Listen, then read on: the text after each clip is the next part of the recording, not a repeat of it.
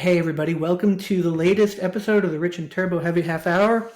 My name's Rich. Find me on X at Fuzz Doom Rip, all the socials at Rich.Piva, Doom Charts contributor, Doom reviews from Wikipedia of Metal. I have Turbo right from the void with me again. Turbo, how are you doing? I am fine. My buddy who is a subscriber said I'm going to buy Turbo a lamp, and I said, no, you're not. You're not going to buy Turbo a lamp. You're definitely not going to. We're very excited for the show to have Black Sabbitch with us today. It's very hard to say those words out loud. Like it's just it doesn't roll off the tongue. I'm getting used to it. But we have Emily and Angie from the band with us who are releasing Unrest in the West, their first live record, first anything record, if I'm not mistaken, on Ripple Music, November 7th. How are you doing today? Hi, good. Good to be back here. Excellent. Yeah, we were just saying Emily's second time on the show, first time talking about Fireball Ministry, and mentioned Black Sabbitch. Did not hint at us that there was a Ripple Music Black Sabbitch release coming soon. But, maybe we'll break some kind of other news on this show. But we won't hold that against her. But what we were reading about was, like, you guys are always asked, like, when can I buy something, right? When can I have some physical merch, and when can I get a record? Is that kind of how this came to be? For sure. We tour a lot, and everyone always wants to, have some music. And, it wasn't something I don't think that we were really thinking about initially, because we're, a live band. And, but it just, everyone kept saying that. And then it was kind of like, well, why not? And then, Ripple kind of had approached us, and, and why not? So. Why not indeed? Yeah, exactly. So I have lots of questions about the record. Turbo and I I've had it for a while. I full disclosure, gave it to Turbo yesterday. Sorry, Turbo, you should have had it a lot earlier than that. Do you have a physical copy of it? No, I wish I did. We have just the files right now, because I was going to say you guys probably don't have a physical copy of it yet. No. But just reading all about it and listening to it, the sound is amazing. You guys sound great. The recording is excellent. The first question I'll have is was this a show you did, or was this taken from various shows, or how was this compiled? We did it live in a studio with an audience. So like a friend of mine, actually, from years ago, who's an audio engineer who has a studio. We did it live in his studio and invited people to come to That's awesome. the spot and record it. So just to be able to get like a really good capture, because I'm sure you know as well as we do, like when you're touring and trying to use whatever venues gear to record something, it's just never going to be, all that great.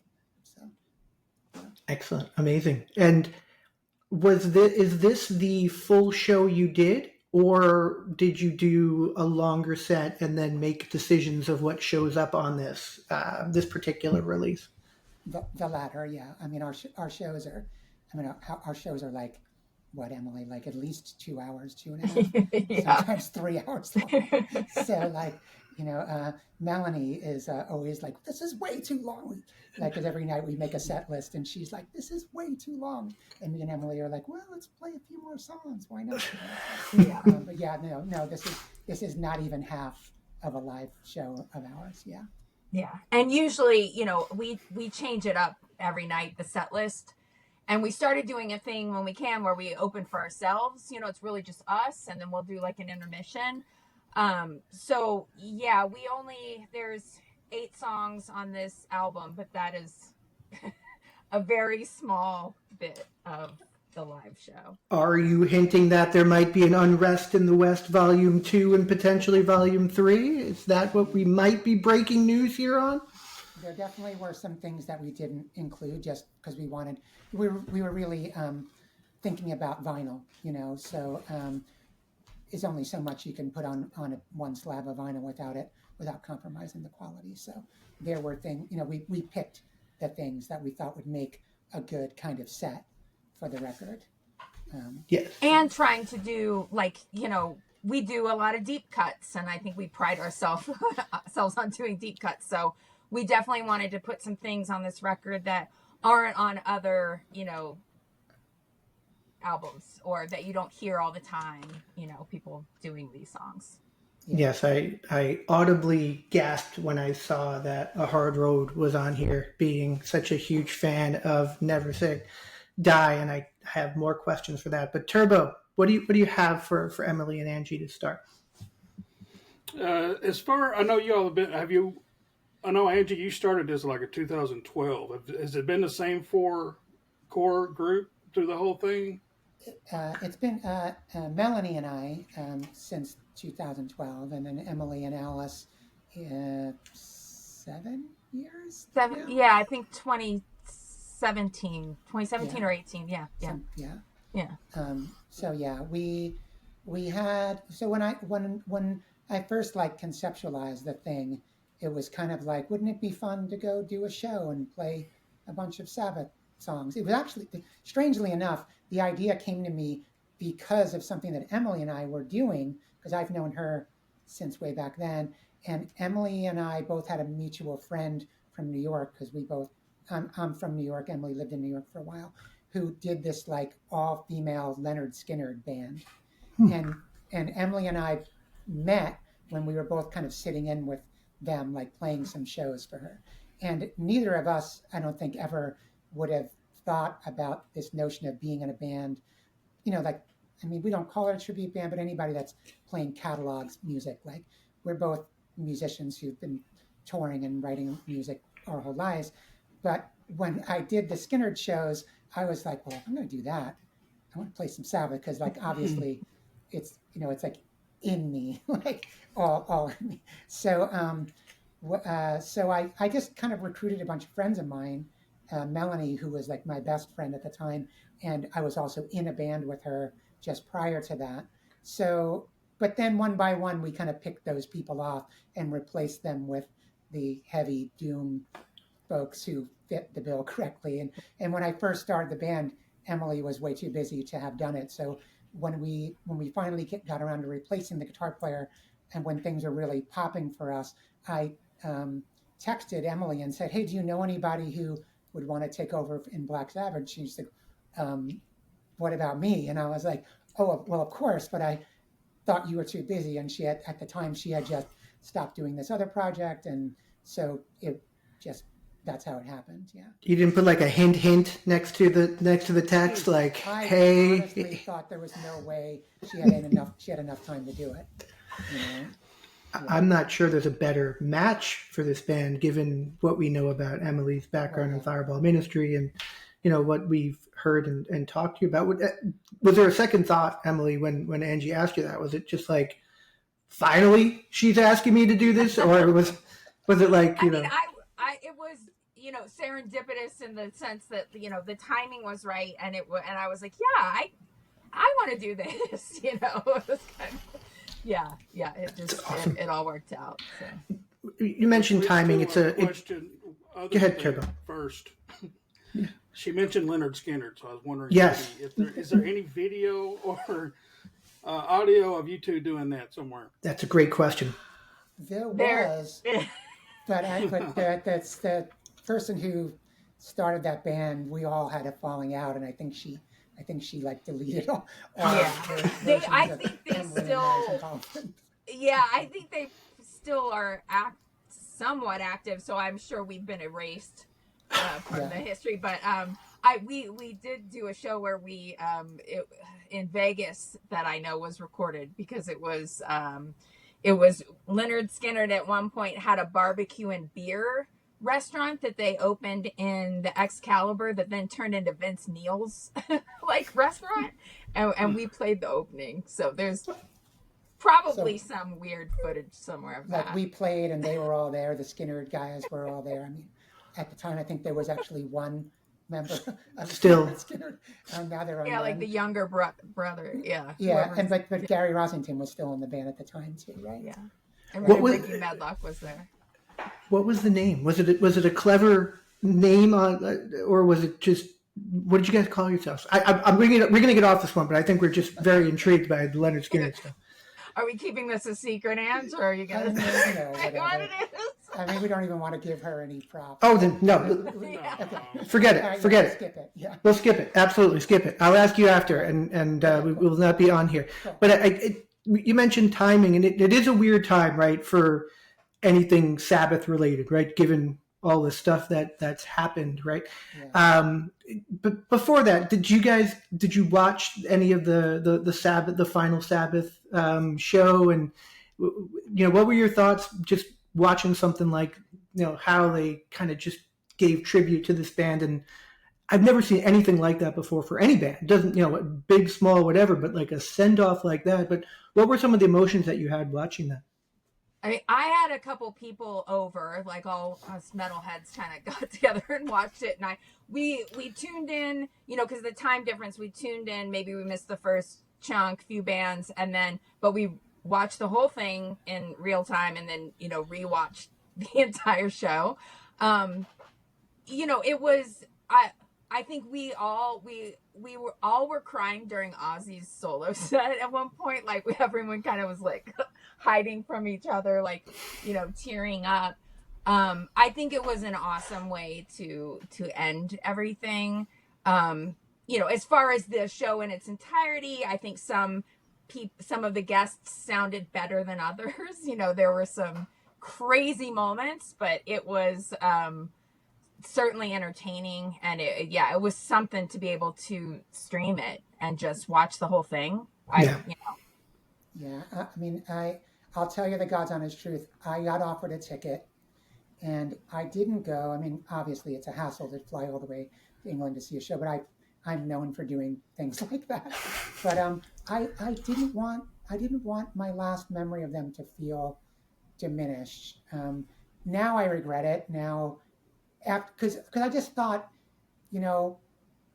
it's just not going to be.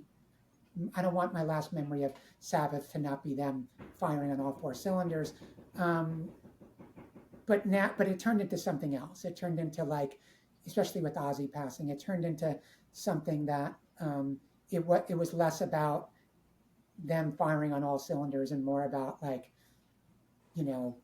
what it was, which was this amazing, magical, like, moment of almost like being in church. Yeah.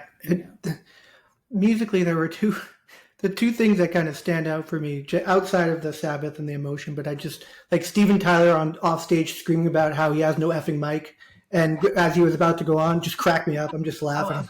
I love that kind of stuff. It's just so for him to do that. And then my emotions watching Guns N' Roses, them picking the songs that they picked and Axl sounding just so terrible. It was like, oh, you're playing Junior Size, but oh my God, what's happening, Axl? What do you do? What's going on? It was like, love you guys, and I know that it was Duff probably making the decision to play those songs, but it was a little painful to hear. I mean, I'm also a huge Never Say Die fan, and it was amazing that they picked those songs. But you're right, like they picked them because they're so left field and rad choices, but also like the hardest ones to sing. Yeah, exactly. So high, like.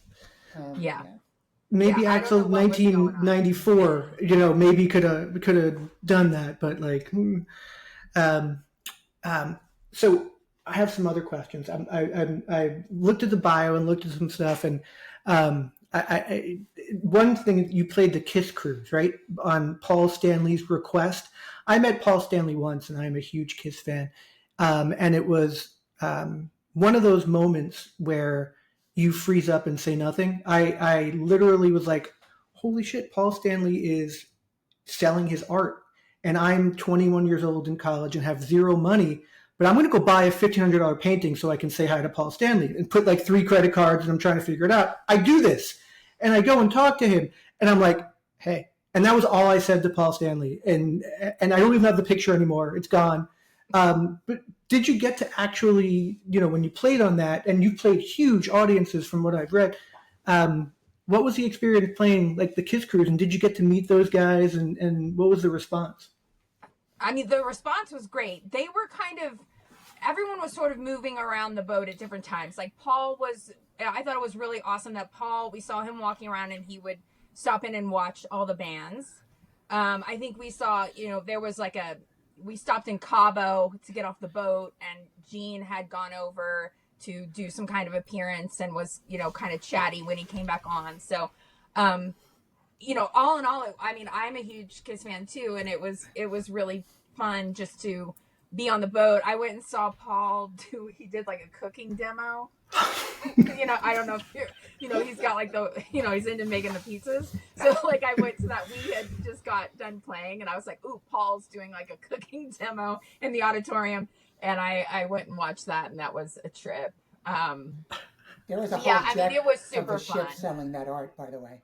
Oh, yeah. Yeah, there was. Yeah. He had a whole art gallery. Yeah, I was like, I bought his self-portrait, and I'm thinking to myself, who would go and buy a Paul Stanley, like, portrait of Peter Criss? Like, that's weird. What's happening there? But anyway, I needed to interact with him, and it was the worst mistake of my life. I also met the band The Used, and they were the shortest guys I've ever seen in my life. They're all like 4'9". It was a really fun-filled day that day. Did you get $1,500 back when you? No. I probably no. If I told you what happened to that painting, you would be like, "Wow, Rich, you're a real idiot." Whole other episode. But you guys have played like what I was reading. You played on request from Sharon and Ozzy. Did I read that correctly? Was there like some kind of Yeah, they did. They asked us to play this. It was called Oz Fiesta. It was in Mexico. They asked us to play that one. That's before Emily and Alice were in the band when they asked us. And then we played like Cal Jam, which we were told that Dave Grohl asked us to play that, and it came from our agent, but we were told that Dave had requested us. It's probably, I think Emily had played the year before, right? Was it the year before the Fireball? Yeah. Played Cal Jam? Yeah. So it may have come through that. Emily is also friends with Dave. So, but there's been a lot of those kind of, we definitely have a lot of fans who are musicians. Yeah, that's awesome. So we played on a lot of festivals where you wouldn't see, what a quote unquote tribute band. Like we played Vakken last year, which was nuts. We played Full Metal Holiday. We played Psycho Las Vegas twice. A lot of that kind of stuff. Yeah, that's awesome. That's amazing. Turbo, I spent a lot of time with my Paul Stanley story, so I know you have other questions. What else do you have for Emily and Angie? I don't have any Paul Stanley stories, man. I have so many. New Yorker, right? Yeah. I won't even. Other than when you said he was cooking, I've met those guys hundreds of times. Like I'm not even exaggerating, but yeah. They had a videotape that came out in the early '90s or late '80s called "Kiss Uncensored" or something like that, and it showed Paul was like making breakfast and he was eating cereal with root beer or something. So it made me worry that what kind of pizzas he'd be making. I will say, so they made the pasta and pizza. So he was up there with the chef, like another chef. But they did put it at the buffet, like on the ship, so you could try the Paul Stanley pasta, which I did. I did try it. Wait, but wasn't there some like he put some crazy ingredient? It was like lemon. Yeah, it lemon. was like it was like a weird. It was weird. It wasn't my favorite pasta. That's all right. Y'all sound really good on this album and very tight, and I know you've been doing this for a while. How long did it take for you to get to where this sound is? I mean, copying another band sound and trying to replicate it and everything. If it took you a very long time to get to where, damn, this sounds just as good or as better as the band. And as a bonus question, how long has Alice been playing the harmonica? I think she only knows how to play one song, and that song is The Wizard. She learned it specifically so we could play that song. Honestly, it's not like, and correct, like chime in with this, Em, but like, we've never really talked about like, oh, hey, that we need to do X, Y, and Z to sound more like, I feel like You ever like you talk to a movie director and the movie director will just say like, I don't give a lot of direction because I just cast the right person for the movie because I know that's the person who's going to be the right person for this role. I think that's what our band is. Like Emily just sounds like Tony Iommi because that's how she grew up playing. And I weird thing for me to say on my own, but I think I sound a lot like Bill Ward only because I learned how to play drums by listening to those records. And so his very strange orchestration, jazzy style is how I play even when I'm in other bands because I literally, when I was 12, I would listen to Symptom of the Universe and, very poorly try to play it in my parents', in my bedroom with my drum set. So we all just kind of sound like that. So when we all got together in a room, Alice will tell you herself that she started singing because her vocal range was similar to Ozzy's, and when she was a kid, she started singing Ozzy songs. So we're all just like imbued with the flavor of that music so much that when we sit down and play together, like sometimes I'm like, oh, that sounds just like that record, and it's just us playing. And I think it's us playing together. I mean that's Right. the thing too. It's like the more you play together, the more you gel and feed off each other. And we tour a lot and we play long shows. So Yeah. it's like we that's kind of evolved over time. Like the more comfortable we've gotten together as a unit, for sure. And then I think when we recorded this record, we wanted to record it when we were, I think, just getting off the road. We toured a lot that right before that, and we really wanted to kind of capture that magic before you take a little vacation or whatever. You're in the zone. Yeah. So you didn't like have to go pick up certain equipment or rip off certain equipment like when you're hanging out. Like have you ever? I know y'all have met some of them. Be like, Oh yeah. I'm gonna take Bill Ward's drums. I mean, honestly, I don't think I personally do not like try to get Iommi's exact rig. I play orange amps. I always will. So and I have I have a Gibson SG, and then I have a Guild Polera, and I definitely, my pedal board is not, I'm not sitting here trying to get the exact treble, booster, all that stuff. Like I just want to, I think a lot of Iommi's tone is Iommi himself with that tone. So it's like you can have all the exact gear that you want, but that doesn't mean you're gonna sound like him. Yeah, totally. I mean, all my drums are like from the '70s, but like I couldn't possibly get Bill's rig because Bill's rig was like some Frankenstein version of like 19 different drums, and quite honestly, the drum sounds on those records aren't great anyway. So I play those kind of drums just because those are the kind of drums I like, and I probably like them because that was my band when I was a kid. But it isn't like Emily said. I'm not like going to go out and try to get what I mean. I think we probably both play brass Ludwig snare drums because everyone did in the '70s.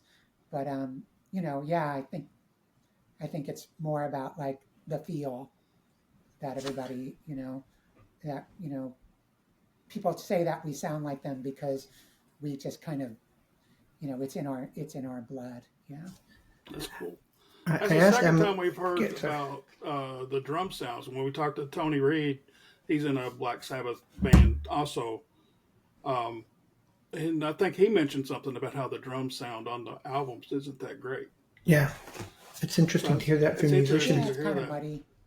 And Rob, who was the engineer on our live record, he's a massive Sabbath fan as well. So like he, we sat when we were mixing, and he definitely was like, okay, we beat it a little bit to the Sabbath records, and we were like, let's not even do that because, the guitar tones, yes, the bass tone, yes, but the overall sound of some of those records is not all that, crisp. I think mine, and I think Rob's as well, my favorite sounding record of theirs is the first one, Black Sabbath, just because it's live, and like it just sounds like four people in a room playing together. Yeah. You know, and that's what Yeah. this And is. yeah, You know? and the songs that we picked, they're they're not all from the same album, so it's like Right. That's the we're other thing just too. going in, doing it how we do it live, and then and also it's like the later albums, at least for me, the later albums, Iommi's got like 8 million guitar parts happening, so when we play that stuff live, I'm picking and choosing what to play. So that's tricky too, because it's like, okay, so we have this live record, and this needs to sound like this is our live record. It's are people gonna be like, oh well, it doesn't sound like Sabotage, and it's like, okay, but there were like 38 guitars on that, so. Right. Well, but plus, if a hard road sounded like a hard road does on your record, a lot of people wouldn't say that Never Say Die isn't great, right? I think that's a part of why people didn't love Never Say Die is because of the way, sonically, sometimes how it sounds. It has less of a raw feel. I asked Emily this, but I'm going to ask her again. I asked her last show, but I'm going to start with you, Angie. Is there a song when you guys are putting up the set list that you're like, oh shit, not that one? Not because it's like a challenge for you. And I think Emily surprised us with what she told us last time. I'm going to ask her again.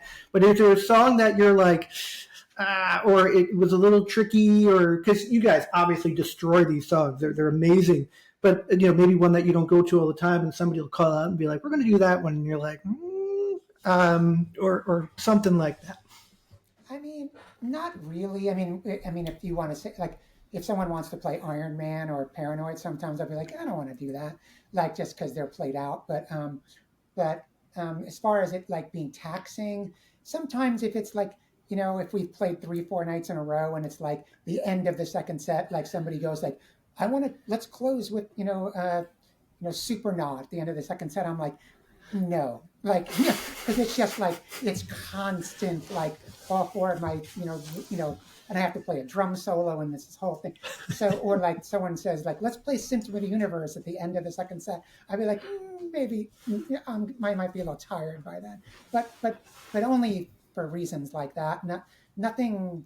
I mean, I think from day to day, I might have different feelings about songs. Like, I'm not in the mood to play that one today. But there isn't a specific song that ever like makes me go like, nah, that's too hard or too intricate. I mean, certainly there are things that if we haven't played them for 6 months, I'd be like, oh shit, maybe we should go over that quickly because I'm not sure, like that 14-minute opera that they wrote, if I remember every change, So yeah, I mean, I guess that's my answer. Yeah, we change the set every night, so there are definitely all kinds of nights where we're like going for broke with like, let's play Hand of Doom, and we haven't played it since last year, or something like that. But that's the fun of being in a band, I love that. Emily, I'll ask you this again. What were any songs that were challenges for you to like just not learn, but just like feel like that you have kind of mastered, or you don't really have to think about it? Because I think last time you surprised us with what you said.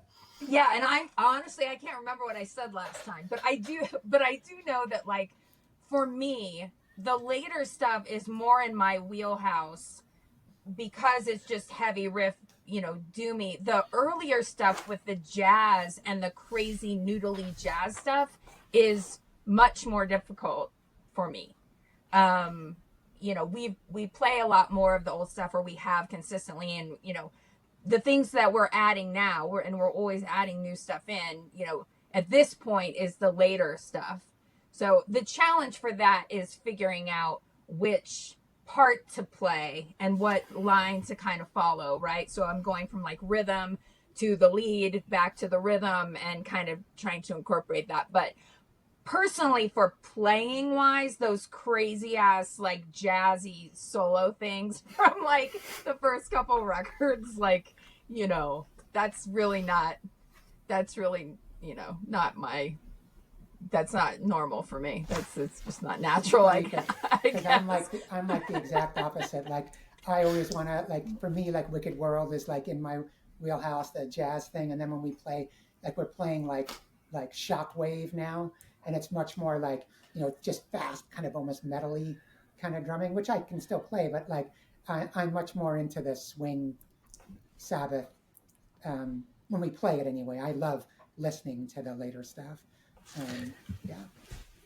When you have your shows, I can't wait to be able to see you guys at some point. I have to make it happen. But I'm sure there are people who go and they're the casual Sabbath fan. Then you get people who go who are dying to hear the deep cuts. It's like a 50-50 crowd. Are there people who are just sitting waiting to hear Paranoid and Iron Man, or are there these Sabbath nerds like we are who are like calling out for the most ridiculous deep cut that you could possibly call for? Sabbath nerds. Second one. Okay, good. Definitely. Mostly Sabbath nerds, yeah. Definitely. Which we love because we're Sabbath nerds, you know? Yeah, excellent. And I think I've because we like never, ever play Iron Man. And we don't always play Paranoid, but in England where we tour a lot, like they won't let you off the stage unless you play Paranoid. But we generally don't put it in every set. In fact, we play more shows without it than with it. But I've never heard anyone say, "Oh, I'm disappointed that you guys didn't play, the big ones, the Sweet Leaf, the Paranoid, the Iron Man, I mean, we throw in the crowd pleasers. We mix it up, but yeah, for sure. But I'll see people write like, "I love the fact that they did not play," and then say, Iron Man or something like that. Yeah, don't get me wrong, we still play them, but we have to want to play them that much. Yeah, and I think people who are going to see you are probably, like you said, I love the fact that it's the Sabbath nerds that are the more dominant attendees of the show. Are there any songs that are off limits for what you guys do, or is the whole Sabbath catalog, because you guys do mostly the Ozzy stuff, right? Up to the Ozzy stuff. I think, Emily, you mentioned you do maybe some of the later stuff too, but is there any song from the Ozzy era that it's just not debated? It's just not gonna make it. It's not gonna be in the set.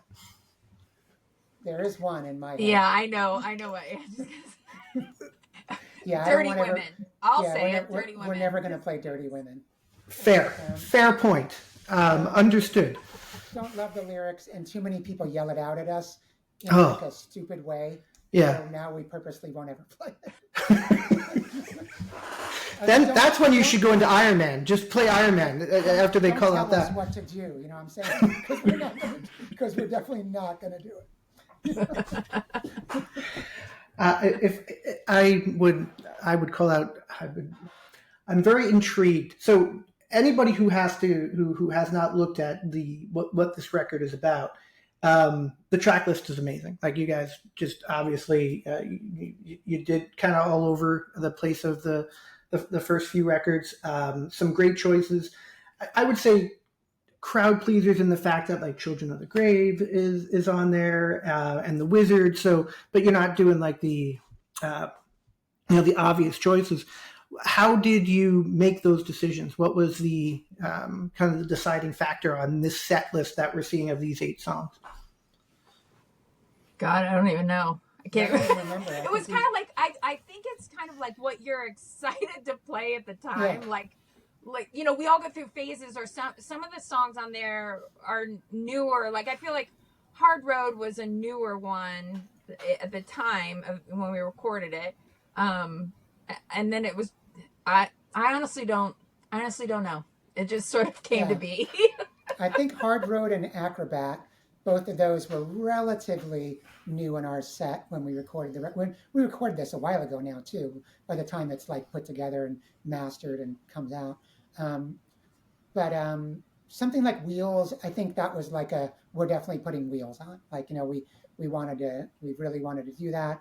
Great opener. Like, we opened with War Pigs a lot, but we had recorded War Pigs a while back at a live show. There was a video that had made a lot of, like, had millions of views on YouTube and Facebook and Instagram. So that had already been out there. So we wanted to do something else. And Wheels of Confusion is a very typical second set opener for us. So we felt like that would be a really good opening track for the record. And plus I love playing that song. It just makes me like, it's everything to me. And I mean, I don't feel like it's a Sabbath show without Into the Void. So I think that was kind of why I wanted that on there. It's Fair. just a personal. Fair point. That the day that we recorded it, like it was definitely the same as any other day where we like go like, okay, what do we want to like? We made like what do we feel like playing, and we played it. We do that every day. It drives our tour managers crazy because they're all trying to print a set list for us. I'm like, we don't know yet. Give me a minute. I don't remember what band we were talking about, but like bands that do that are the ones that I gravitate to. Like you never know, you're going to get a couple of the same Clutch songs every time you go see Clutch, but generally their set list is different and they pull stuff from all of the different eras, and you can go to the next show and the next show after that and see something different. That's generally what I gravitate to, and I love that you guys do that.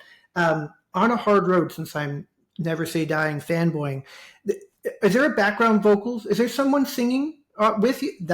Emily is singing with you. Okay. Is that something that you're very comfortable with, being usually the guitarist, or do you do that in Fireball? Yeah, I sing backups in Fireball. I've sung backups with Fireball for a very, very long time. And then our last album, Remember the Story, I did a lot of the backing vocals, and so through the years it's kind of become more and more. So what happened, I think I started, I think it was Acrobat. It was National Acrobat, because there's that, sick harmony, and I think Alice and I kind of worked that out on the fly, just on the road one day. So that was the first time I did it. And then with Hard Road, I mean, again, you've got, it needs the backing. So on some of those later era songs, it's kind of cool that, but I think, and then Shockwave, because we started playing Shockwave, so not on the album, but that's another one that I was singing on. Yeah, the harmonies sound great. They're amazing, and the way that the way that you guys layer that, and the way that you kind of complement each other, it's excellent stuff, and it jumped out at me. I have to ask Angie, just as also a huge Faith No More fan, how did you feel Mike Borden played with a different type of drummer, but like, what's your opinion there? Because it was an interesting choice when it was made, because they're so different. But from a drummer's point of view, what do you think? I'll tell you honestly, he was the only one I ever liked that sat in Bill's chair. You're like, he definitely isn't a Bill clone, but you can tell that he had grown up listening to that and took the right things from it. He has a swing vibe to him, and also like, Faith No More kind of have like a hip hop kind of feel to them. And, a lot of the other people who have sat in that chair, to me, they're like metal drummers, and they're not, I mean, they're great drummers, but they don't have that vibe. And I thought Mike, as disappointed as I was when that tour happened, because we thought Bill was going to be doing it, I thought he did a really good job. I'm not a huge fan of anyone else I've ever seen play with Sabbath, and again, and I know some of those people personally, and it's not a diss on them. They just don't seem like they were even Sabbath fans, and some of them will even admit it to you that they never even listened to Sabbath. So to just like sit in that chair, because Bill is so specific and he's so weird, and it's such an odd like style of playing that I don't even know that I could imitate it if I wanted to. I have no choice, because that's just how I play, because it's almost like a mistake. But I learned how to play that music, and that's how I play everything. But it's a long story short. Yes, I really enjoyed Mike playing. I would rather it had been Bill, but I liked Mike and Sabbath. I thought it was cool. Yeah. Yeah, as a non-drummer musician, but someone who appreciates the craft, I'm a huge Who fan, and Zach Starkey is fine. Everybody's fine, but like, Keith Moon, there's no such thing as anyone who could possibly sound like Keith Moon. But Zach came the closest for sure. Yeah, absolutely. And I would not want to hang out with Roger Daltrey these days, because he seems like such a grouchy son of a bitch, that guy. But I do love the Who. But yeah, that's cool that you like Mike's sound on with Sabbath. I'm a huge Faith No More nerd. I saw a bunch of shows on that tour, like, because it was like, because I was too young to see Sabbath before they, broke up, and then I saw them a lot when Bill came back in the band. I saw many shows. What was that, like late '90s, early 2000s? And then I've been less interested after he left again. I've heard our band described as you're not an Ozzy era Sabbath band, you're a Bill Ward era Sabbath band. Oh, you must love that. Which makes me smile. Yeah, that's awesome. Yeah. Because you guys are in other bands, I'm going to just ask what's going on outside of Black Sabbitch. I know, Emily, you guys just played with you just played a Fireball Ministry show, if I'm not mistaken, right? The Ripple birthday event, right? That's happening, or that's coming up. So we played the Planet Desert Rock Weekend in Vegas in January. And so we are doing the Ripple, I think it's the 15th anniversary party show in San Francisco in December. It's December 6th. So that's with Zed too. Zed is, I think, playing, and I think their new drummer is going to be introduced and everything, if I'm not mistaken. That's going to be one of their first shows. I know they're, I think it's back together for them. But no, it's fun. Not as we hadn't played live in so long, before January, and so that took a little more, practice and rehearsal and everything. So now we're feeling like we're back in the zone. So is it going to be a more regular thing, Fireball Ministry, or is it kind of a couple one-offs every now and then? I don't know if we'll do like a tour, but I mean, we're definitely happy to do like a short run or, some one-offs or what have you. We, if something gets thrown our way, we're just like, yay or nay, just kind of go from there. You probably can't see it, but my Fireball Ministry poster up there is I'm asking very specifically as a Fireball Ministry nerd, so I'm oh wait, which one? I can't tell. It's the third record, the one that has like a hologram poster. Oh, I think. Oh, okay. Mm-hmm. Yeah, when I bought some of the records, you threw that in there. So it's funny. I don't know if you can see on my wall, but that sketch there in the middle is actually the real sketch from the inside of Second Great Awakening that Dan Burton did. That's awesome. We have our individual ones. Love it. So that's why, I'm very specifically asking when Todd announced that you guys were signed to Ripple and doing represses and stuff, it was, I got very excited because a lot of those records just, I think, number one, they're awesome, but number two, I think a new kind of era of people need to hear them because to me they're so influential of what goes on in the scene today. To me, I think you guys were a little bit underrated for what you guys brought and how awesome the band is. So I'm a huge fan, a big nerd on Fireball Ministry. We put with Ripple, we put out Bear Rock first because that had never been on vinyl. And then we had done a pressing of Second Grade a few years ago when we got the rights back, and that is now gone. Like, it's totally sold out. So we're gonna do something with Ripple with that. Excellent. And when Todd told me that you guys signed, I said, please start with that one. And he's like, no. So I went on your website and made sure I got, I think one of the last orange ones, I think, that were out there. Probably that's it. Yeah. So that's good because I think that's my favorite Fireball record. I love them all, but that's my favorite one. So I think everyone really needs to hear that one. I think it'll do great on Ripple too. Angie, how about you? Are you dedicating most of your time to Black Sabbitch? Are you playing any other things that we want to hear about or know about? Musically, Sabbitch is my baby. So most of it. I just did a tour.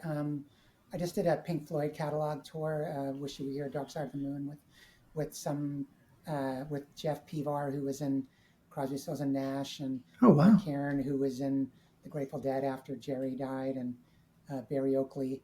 I just did a tour. Floyd is one of my favorite bands. When they asked me to do it, I didn't want to say no, so I kind of told these guys they had to wait for a few minutes for me to do the Pink Floyd tour. I might do more of that. I don't really know. I know that they've done some more things when I've been out with Sabbitch. So I generally reserve my time for Sabbitch, and I do a lot of play on people's records. I do some of these rock and roll fantasy camps as a counselor.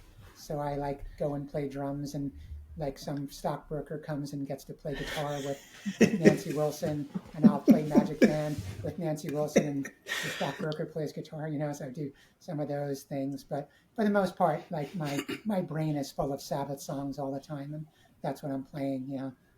Oh, that's awesome. That sounds like fun, the stockbroker thing. But maybe also, I don't know. It is for them. It costs them a lot of money. I'm joking. I mean, those people have a ball. Like they get to be a rock star for a day and play with a bunch of rock stars. So it's fun, and it's awesome. fun for me too because I get paid, but I'm also getting to play with Nancy Wilson or Sheila E. or these different people. So yeah, it's fun. That's amazing. That's awesome. Turbo, we've kept Emily and Angie longer than I promised, but do you have any further questions for them? I have two questions now. One that you mentioned that you played with the Pink Floyd. Rich is not that big of a Pink Floyd fan. So what song would you suggest to him that he should appreciate more than that?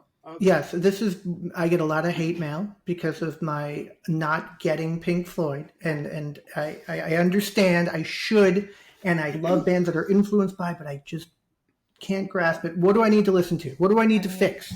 I think that if you put on "Wish You Were Here," the record, and you listen to "Shine On You Crazy Diamond," all 9 parts, and it doesn't blow your mind, then maybe they're just not for you.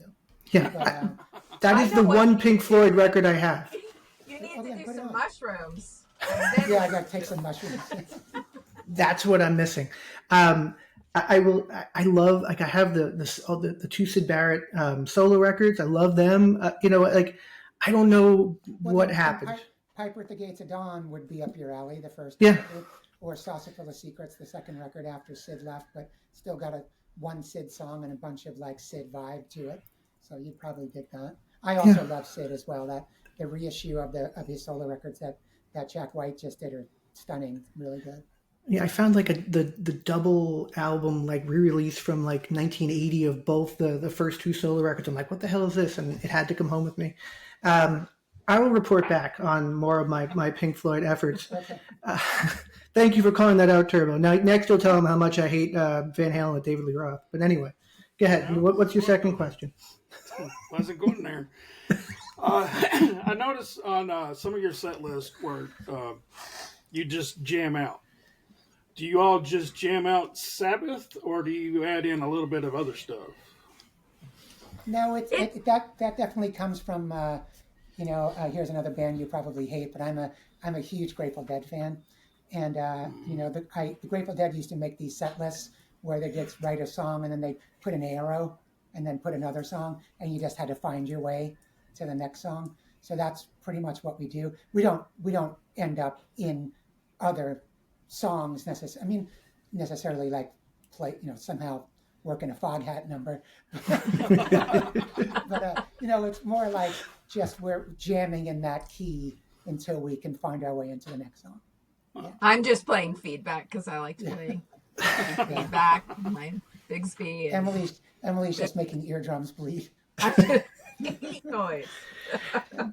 This is the third interview in a row where the Grateful Dead have come up, and I did get to see the Dead and Company at the Sphere, and it gave me a new.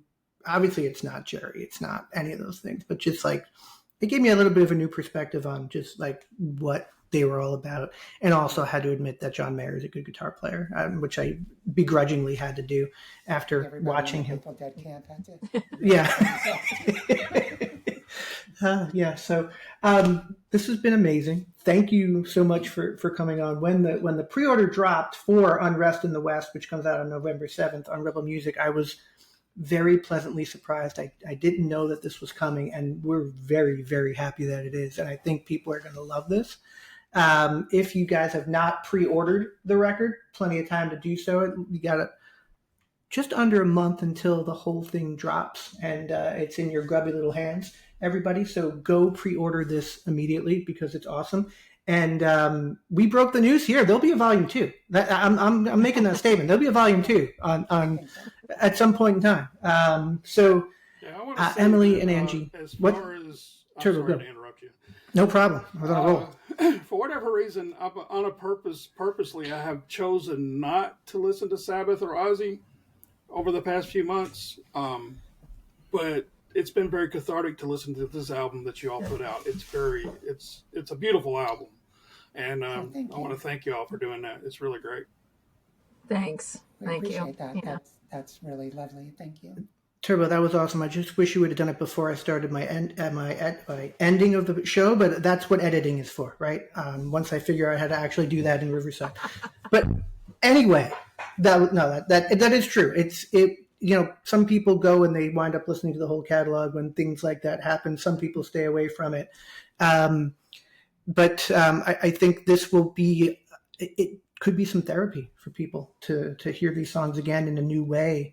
So, I'm excited for everybody to hear it. I'm playing the hell out of it right now with just the files. I can't wait to spin it. And just congratulations on what you guys are doing in Black Sabbitch. It's awesome. And I think everyone's going to love it. So thank you so much for coming on. Please give the other two members our regards, and would love to have you guys back on again if you would do it. Of course. Awesome. Thanks. Excellent. For having me. Yeah. Excellent. Thank you. Thank you so much. Everybody go pre-order November 7th. Unrest in the West, Black Sabbitch. Thanks, guys.